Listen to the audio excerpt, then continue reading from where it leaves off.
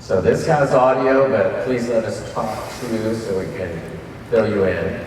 But like all great Disney Mega E rides, it started in a cavern. Yeah, the story beats are very similar to Pirate News.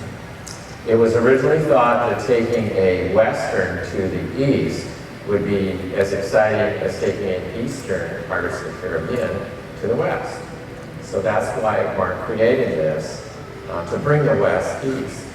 But they were also mad down there, all the guests, when there was no pirate ride, that they made them build a pirate ride instead in Florida. And so that was kind of the demise of Western River Ride. But as you moved into these caverns, you could begin to see shapes and forms in the various stalactites and formations there that kind of preceded or anticipated what you see later in the ride. This is the first panorama shot, and from this point on now we're going to drop down in and you're going to get pretty much by the beat ride through. Now this scene that opens it up did have an afterlife in the Land Pavilion in Epcot, so a little bit of this found its way into various shows, which you'll probably recognize. We thought that the music you're hearing, which is in Pickett's would be an appropriate thing, so Stephen got it in there. And then it turned out that we found out footage there, just a brief bit of footage, where they actually did lay that in. Mark laid that in, so we were right on what they were thinking for this song during this sequence of events. Again, perfect staging. Mark Davis's hallmark. Now this is the model. It was 1.5 inches to the foot, which means if you were a character in it, you'd be 9 inches tall if you were 6 feet high. So that is the biggest scale that we've ever done. And if I remember correctly, the model back in the early 70s was in the hundreds of thousands of dollars, which was incredible in those days. Again, this is from the footage that we did find a tiny bit of footage, very dark, but they had scored it to the song that you're hearing, so we guessed right, Mark.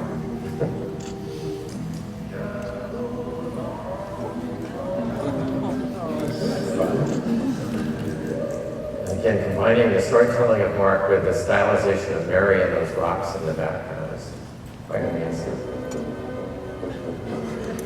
Now we're pulling into town, and again, this scene, I think Mark got a lot of this into the World of Motion from my years ago.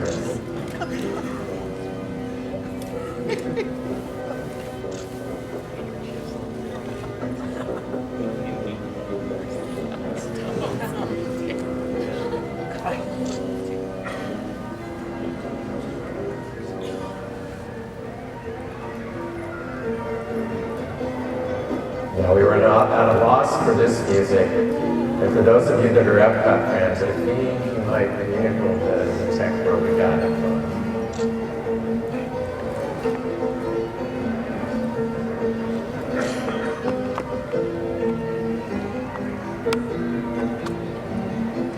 So everything about this ride kind of had a parallel to the characters and the setups that you know and love from Pirates of the Caribbean.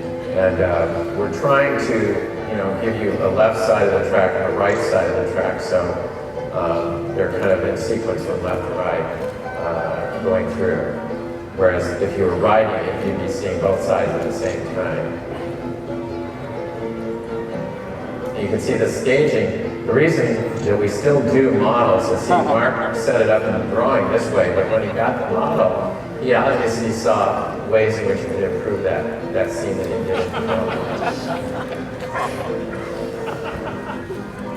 You like that one? I wanted to put that on the train ride and take the dinosaurs out. I thought it'd be really cool, like, what is it, the Atchison, Topeka, and the Santa Fe from the Harvard Girls to do a big musical number as the train goes through Medicine Man. We used him in Big Thunder in Florida. So we have the Baxter wagon that caused the flash flood to happen.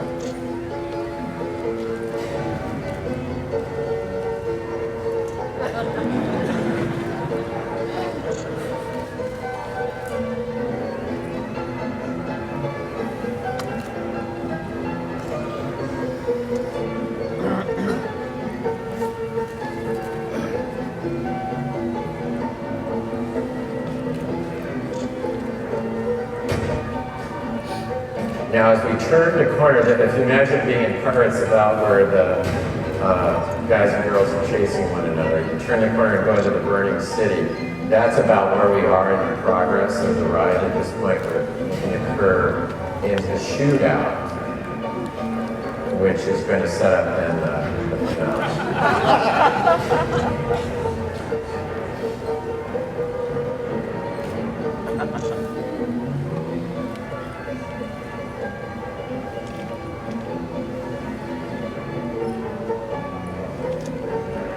Get back to the other side of the street in that same scene.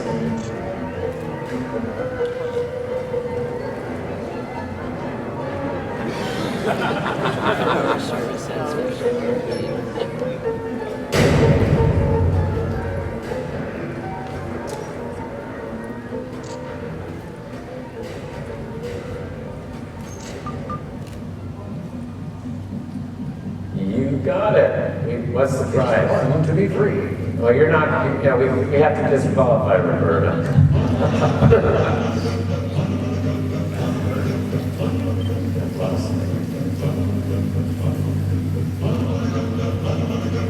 Station knows what that song is from. Yep, right.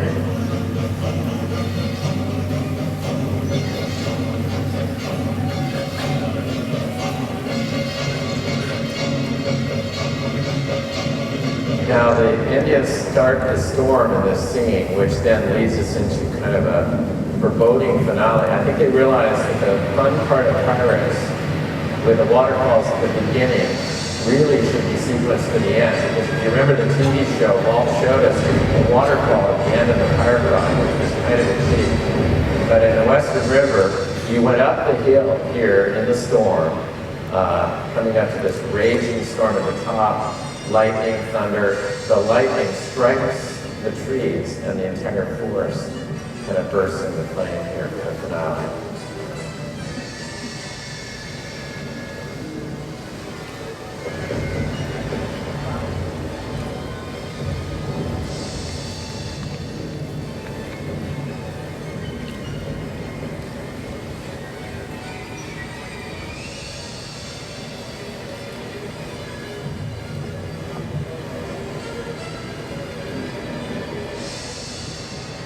These guys had the duty, I think, of saying, you come seek an adventure in cowboy country. Well, properly warned you be. And so what would, of course, happen at this point, in the misty mist just beyond these guys, was the biggest, longest, deepest waterfall in Walt Disney World to be. And down you went into the unload area, so everybody could watch that, which would have been really fun.